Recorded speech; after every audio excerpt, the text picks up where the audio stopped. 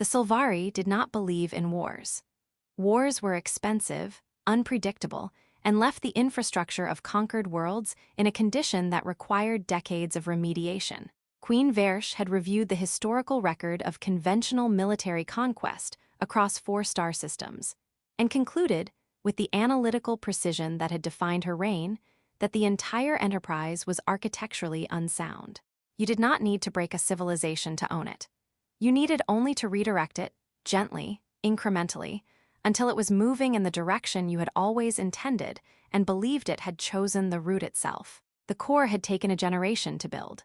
43 Solvari emissaries, trained from early childhood in the full spectrum of human social behavior: language, humor, cultural register, the precise calibration of warmth and distance that made a person feel simultaneously understood and slightly indebted. They were not weapons in any sense that a weapons treaty would recognize. They were, on paper, cultural liaisons. The paperwork was immaculate.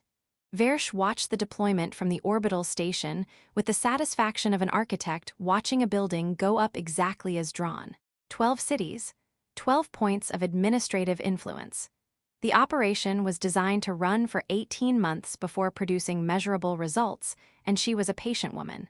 In a mid-sized administrative hub 200 kilometers inland, a civil infrastructure analyst named Darian Cole was assigned a new liaison from the Solvari Cultural Exchange Office on a Tuesday morning. He was given a briefing document, an access protocol, and a meeting scheduled for 10 o'clock. He read the briefing document twice, wrote 3 questions in the margin, and arrived at the meeting 2 minutes early with a notepad and the expression of a man who had decided to be professionally courteous about absolutely everything. The liaison's name was Sira. She was composed, precise, and possessed of the particular quality of attention that made people feel as though they were the most interesting thing in the room. Darian noticed this, wrote nothing about it, and asked his 3 questions. She answered them thoroughly. He thanked her and requested the source documentation. She provided it. He reviewed it and found 2 minor discrepancies in the resource projection figures, which he flagged in a formal memo with the same tone he used for everything: not accusatory, not suspicious, simply procedurally thorough. Sira filed her first report to the orbital station that evening. The anomaly, she noted, was not hostility. It was something she did not have a precise operational category for. Versh read the report and made a note of her own. 6 weeks into the operation, Sira's reports on Darian Cole occupied a category that the Solvari Influence Assessment System had not been designed to process. He had not resisted. He had not complained. He had not raised any concern that could be addressed, neutralized, or redirected. He had simply continued to do his job with the steady, unhurried attention of a man who had decided long ago what his job actually was and had not since been persuaded otherwise. He asked questions. This was the core of the problem. Not aggressive questions, not rhetorical questions deployed as resistance, genuine, procedural, specific questions that required genuine, procedural, specific answers. Every proposal that moved through his desk was examined on its own terms. Every projection was checked against existing data. Every request for expedited approval was met with the same pleasant, immovable response. The process existed for a reason, and he found it worked best when followed. He is not obstructing the operation, Sira reported. He is simply not accelerating it. Every metric that depends on his division is proceeding at standard pace. He does not appear to understand that standard pace is insufficient for our timeline. Does he suspect anything? Versh asked. A pause. I don't believe he thinks in those terms. He appears to treat all external requests with identical scrutiny. I have found no evidence that we receive more skepticism than anyone else. Versh considered this. In 3 prior planetary campaigns, resistance had presented as ideology, tribalism, institutional protectionism. She had strategies for all of these. They were, at their core, emotional responses, and emotional responses had leverage points. What does he respond to? She asked. Accuracy, Sira said. Consistency, evidence that a process has been thought through. Versh was quiet for a moment. Those are not leverage points, she said. No, Sira agreed. They are not. Versh looked out at the curve of the planet below the station and felt something she did not have a ready operational category for either. She began, quietly, to make arrangements. The inspection visit was announced through official channels with 2 weeks' notice and a perfectly plausible administrative justification. Versh arrived in the city as a senior Solvari cultural attaché, which was accurate in the way that a great many true things can be accurate without being complete. She had not descended to a planetary surface during a campaign since her second operation, 12 years ago, when a structural anomaly in the influence network had required direct assessment.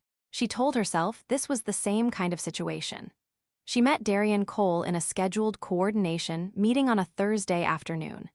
He stood when she entered, which was courtesy, and shook her hand, which was human custom, and then sat back down and looked at her with the calm, attentive expression she had been reading about in Sierra's reports for 6 weeks. "I understand you're reviewing the exchange program's integration with municipal infrastructure," he said. "Among other things," she said, "I have some questions about the resource reallocation framework in the Phase 2 documentation," he said. "If you have time." She had, technically, an orbital station, a 43-person operation, and the administrative future of a planet to attend to. "Of course," she said. They spent 90 minutes going through the documentation. He had annotated his copy in the margins with the small, precise handwriting of someone who took notes for himself rather than for an audience. His questions were not traps. They were not performances. They were questions that had occurred to him because he had read the material carefully, and he asked them because he wanted the answers. And he wanted the answers because he believed they were relevant to doing his job correctly. At one point, she gave an answer that was technically accurate but strategically framed, and he looked at her for a moment and said, "That addresses the quarterly projection, but not the baseline methodology. Can you walk me through the baseline?" She walked him through the baseline. He thanked her and made a note. Versh returned to her temporary offices that evening and sat with the particular stillness of a person processing a realization they had been approaching for some time. Her operation was designed for a specific model of human psychology, one that responded to attention, to the social warmth of being understood, to the subtle pressure of incremental obligation. It was a good model. It was accurate for the overwhelming majority of the population. It had worked in various forms on 3 worlds. Darian Cole was not a different species. He was not a superhuman. He was a man who had, somewhere in his unremarkable life, developed the habit of thinking carefully before agreeing to things, and who applied that habit without exception, and who was entirely impervious to the operation not because he had identified it, but because the operation had nothing to offer him that he wanted more than his own judgment. She had no strategy for that. She had never needed one. She thought about this for a long time. The operation did not end in a confrontation. It ended the way Versh had privately known it would end since the Thursday meeting, not with a battle or an exposure or a dramatic reversal, but with a slow, structural recognition that the timeline was no longer viable and the variables were no longer behaving as modeled. It was not Darian's fault, precisely. He had never organized anything. He had never given a speech or written a manifesto or done anything that could be classified as leadership in any conventional sense. He had simply been, consistently and without apparent effort, the kind of person who thought before he agreed, and the people who worked near him had, over months of proximity, begun doing the same thing. Not because he told them to, because it was, when observed up close and over time, a reasonable way to operate.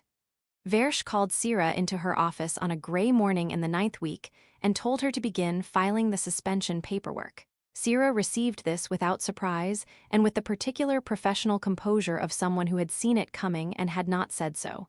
"Do you want me to document the anomaly?" Sierra asked. "Yes," Versh said. "Document it accurately. The next team that reviews this file should understand what they are looking at." She requested a formal meeting with Darian Cole that afternoon under the genuine pretense of closing out the Phase 1 review. He arrived on time with his annotated copy of the documentation.